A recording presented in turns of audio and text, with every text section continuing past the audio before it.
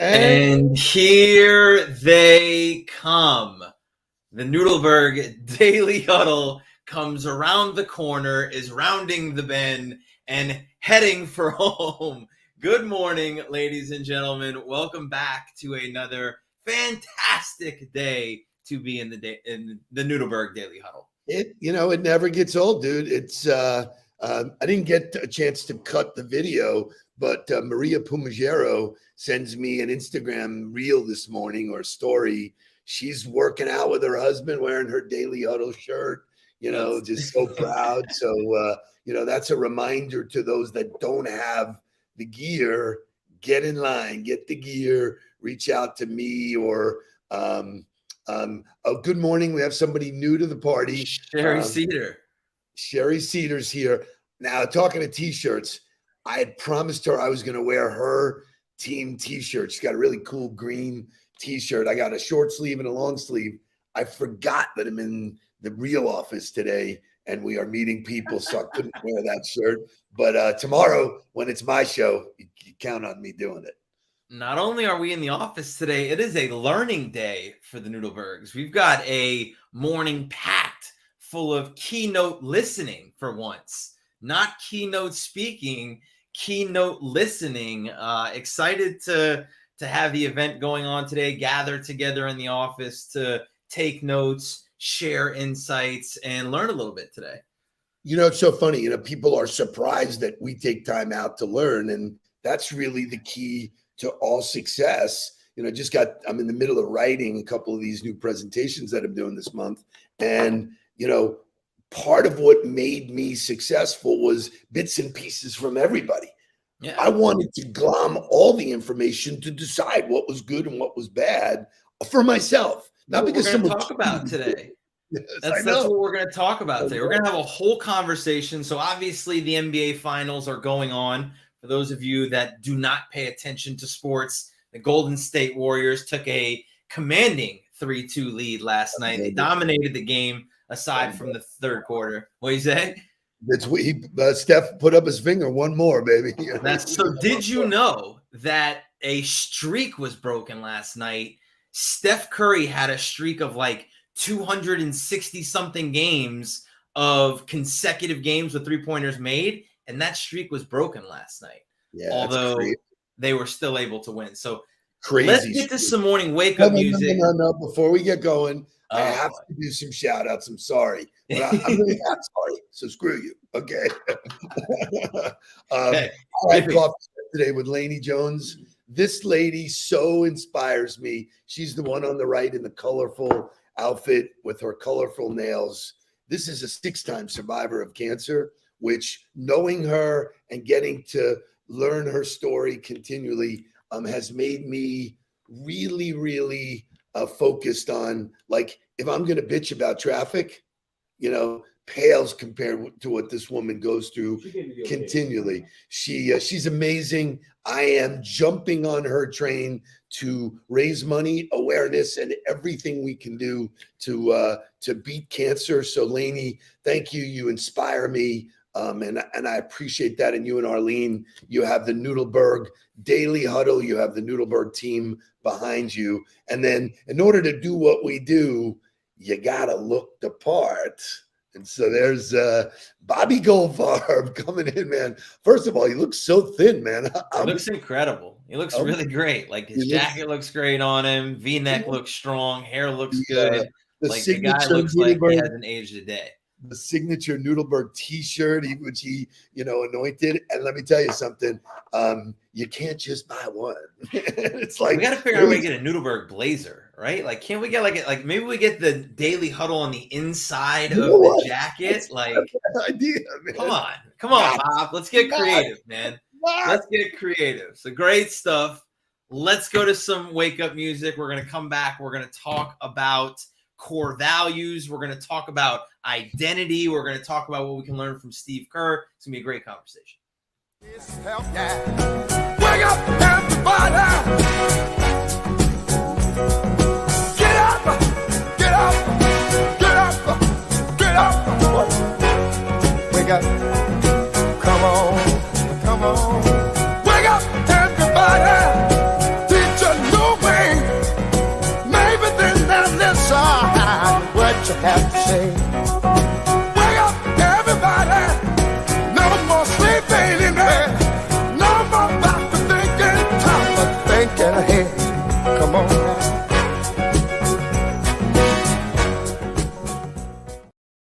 We have one more shout out and a guest appearance. Good morning, Kai Nudelberg. Welcome to the Nudelberg Daily Huddle.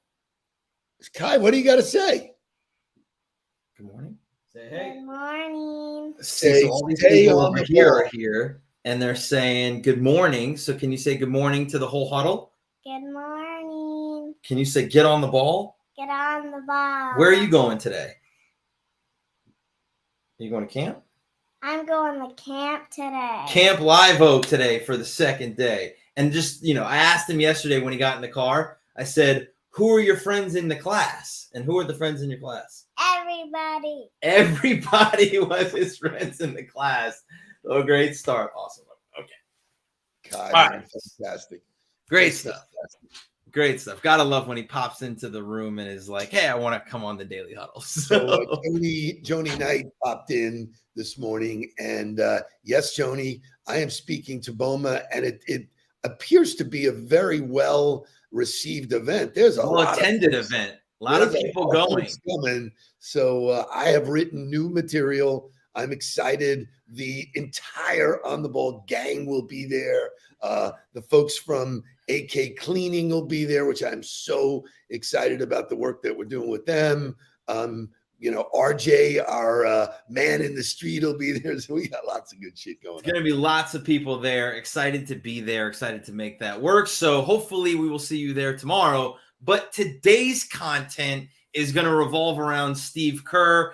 He had some great insight into some learnings that he got from Roger Federer. Shay, show me the video.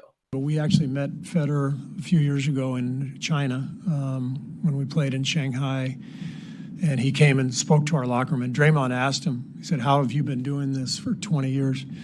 And his answer was just simple yet profound. He said, "I love my daily ritual." He said, "I get up and make my kids breakfast, drop them off at school, and go train. And I've figured out the right training methods to keep me in the best position, at my age. I love competing." He said, "But every single day I put my head on the pillow at the end of the day, and I just think, man, what a great day." And so I think of Steph a lot when I think of that story from Roger Federer. It's very, very similar, just sort of zest for life and just joy for the process. So he hit on a word there, joy, right, which we're going to come back to. But the main point there that he was talking about was Roger Federer loves every day, right? He loves his daily routine. And so that then sparked me to go back. Steve Kerr was on a podcast with Michael Gervais a couple of years ago. I think it was 2019 when it first came out. They were really at the top of the NBA at that time. They were coming off of their third or fourth trip to the NBA Finals. And they were talking about how Steve Kerr developed his philosophy when he became a head coach. And he's obviously been around some unbelievable people, Michael Jordan, Phil Jackson, but he actually spent time with Pete Carroll before he became a head coach. And the one takeaway from him was, and this is a really profound sentence, is he said, you have to have a vision, and then you have to practice that vision every day. And so to me, I was like, wow, that's a really profound statement, because he's talking about practicing every day. He's talking about having the eye on the prize and defining what that looks like, and then figuring out how you practice that daily and how that fits into your daily life. Yeah, he's a special human being. Correct, he spent time around some amazing people, but people don't realize Michael Jordan passed the ball to him to win the championship. Like Michael don't do that. Michael takes shots. 1,000%. Everybody knew it was going to Michael, and Michael gave it to Steve. Steve earned that, and the backstory of that is that Michael railed him in practice, just drove him to the point where most people would have said, I give up. But Steve respected the fact that somebody else was driving him, which, the whole point of everything we do, who's driving you? Who in your life is driving you? As a parent, I drove you. Whether you liked it or not, I drove you. And what is driving you? I think as you move on in life, what are the things that are driving you?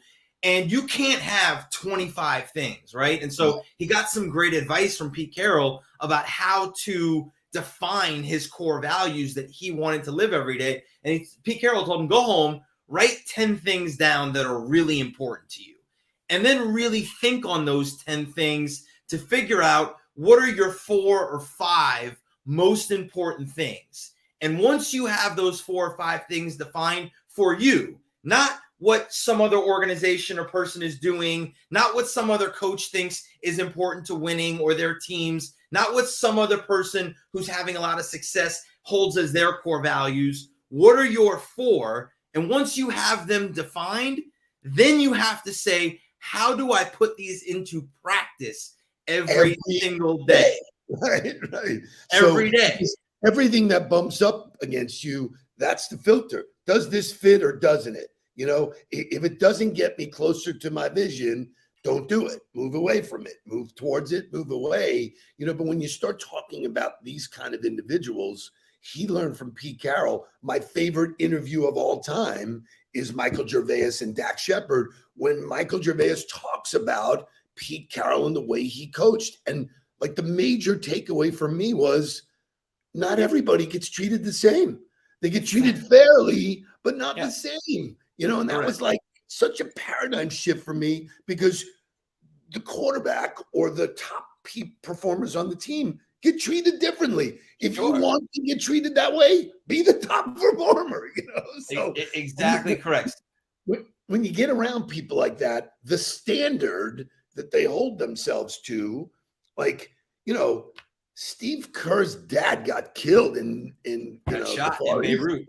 In Beirut, so I mean, the trials that he's been through, that's why he went bananas last week when, like, what are we doing with this gun stuff? It's it's very personal to him. People who are passionate like that, and I see this all the time, they don't experience burnout. Do you experience burnout? No, but so I want to continue this conversation. Okay. Let's go to morning motivational music, which is going to fit into defining who you are, understanding who you are. And like Jonathan Ahrens talks about faith, family, and hard work, we're going to talk about what those words really mean when you embody them throughout everything you do. Wait a minute, I have a question for you. Yeah. Who are you? We're going to find out when we come back.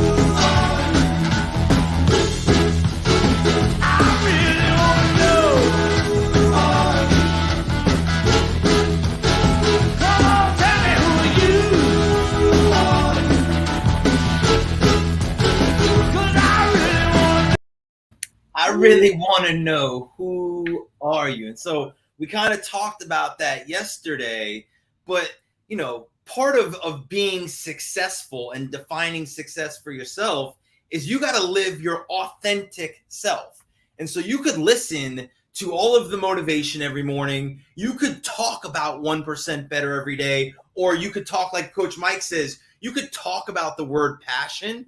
But if that's not in who you are, if that's not ingrained in your DNA, then it's not really a core value of yours because you're not practicing it in everything you do. So I think part of where organizations go wrong or individuals go wrong is they don't really know who they are, and their core values are defined on things that were exterior or somebody else that they thought they were supposed to do. And there's no way for them to really embody it, because when you have core values that don't match who you are and adversity hits, those things go away immediately. And then your true colors really shine.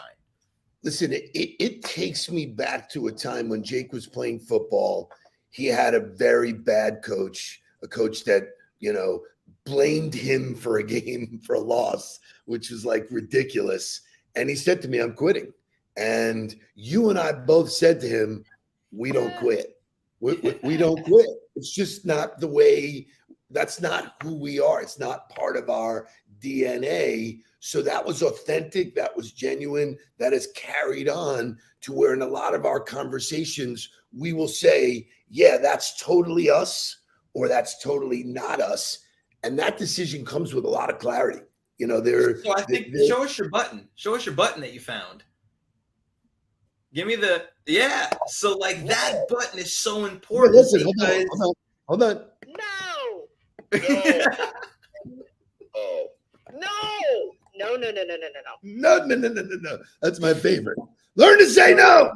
So understanding that things that if you truly define what your core values are, and let's like for us, I would say that for me personally, and I think for our organization as well, learning is a core value. We spend every day finding a way to learn, whether it be something small in a newsletter or a post on LinkedIn, or whether it be spending hours listening to keynotes like we are today in a virtual event. We find ways to learn every day. That's a core value of ours. Something that would take us away from a core value, you got to be really great at understanding, how does this fit into who I am and what I'm about? And does this serve that? Because if it doesn't, it's going to eventually harm me. You may say, well, I can get away with it for a little while, or it's okay right now, but you can't be everything to everybody and you can't do it all the time. So if you choose to start taking in things that don't feed your core value, you weaken your strength. So, we talk about this a lot, and it doesn't ever really get its due. Be the CEO of your own life. Make those choices. The choices become clearer the more defined your vision is. Steve Kerr said, I'm a competitor. I like the competition. That's a core value. There's some people sit on the bench and go, I'm too old. I'm too tired. I'm going to let it pass. And so then it's not part of the day that he competes. He competes every day in everything. So that's where you find a way to make it live in everything that you do. Is you're competitive in the way that you study film. You're competitive in the way that you read. You're competitive in the way that you are a father. So if it's a core value, it has to find a way to live inside of everything, which I think is a big problem for people, because they say that, family is a core value of mine, yet only 5% of their day is devoted to their family. And they don't find ways to incorporate family into everything that they do. That's a doozy. Yeah. I mean, for me, I'm facing that person in the mirror. I could show up with any of the programs I've already spoken about tomorrow and just do it. And you and I had this conversation. I've gotten received really, really well from all of the content I put out there. Yeah. I could show up, do it, and be done with it. I'm driven by redoing it, making it better. I spent all of Sunday in a room, door shut, shade shut, doing the work to come up with new stuff. and it made me feel great.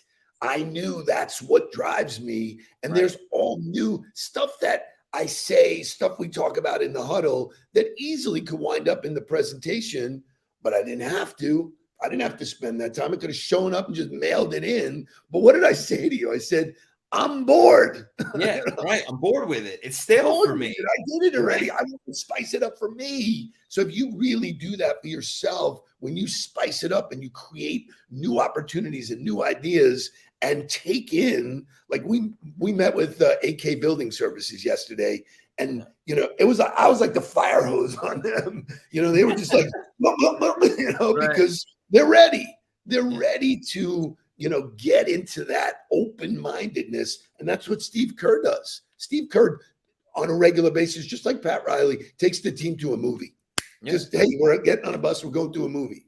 So two of his core values that he talked about on the podcast were joy and compassion. And he talked about joy, and he's like, joy isn't the adulation or the celebration after the championship. It could be, but the joy is in the way they practice. The joy is in the way they're in the meeting rooms together, and they find ways to crack jokes and have a good time. And they find ways to make sure that joy is at the root of everything that they do. It's not just the joy of winning.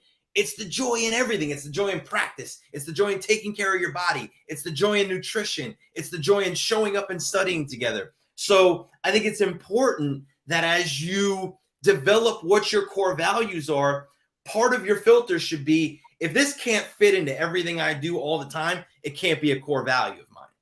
So, I love working with Andy Smith. He says, boom, the minute we were done with the huddle yesterday, he sends me an email and he goes, and I love the way he phrased this. Hey, can we double click on that culture appreciation thing? Double click. I was like, lightning. It's a simple statement, but we double click all day long on the things we want. And we had an unbelievable session. And then I said, I'm going to gift you a session with Mark, because Mark, this is so up your alley. Yeah. This is what really drives you. And so his ask is part of his value prop. That's who he is, to say, hey, I've built and sold businesses, but I'm so into just drinking the Kool-Aid, getting better. And it's fun when people do that. Everybody around you notices. You and I are constantly looking at other content and podcasts. I mean, if you were to take out of our daily routine what we consume every day, what we digest, it's massive. That's the core value. That's the core value. That's where I love the daily practice. I love my daily practice. Why? Because I'm consuming, I'm sharing, I'm connecting, I'm meeting, I'm learning, I'm engaging, all activities that fit with my core values. So I would challenge you that if you do not love your daily practice, you've got absolutely no chance at being a high performer. So if you want to be a high performer, you got to find a way to love your daily practice. And you love your daily practice by identifying your core values and making it bleed. Challenge. Yeah. I got a challenge for you. Yeah. So in my early career, I was a high performer, but I was not aligned with my values and my core, my core system. And so I was a high performer, but I was miserable.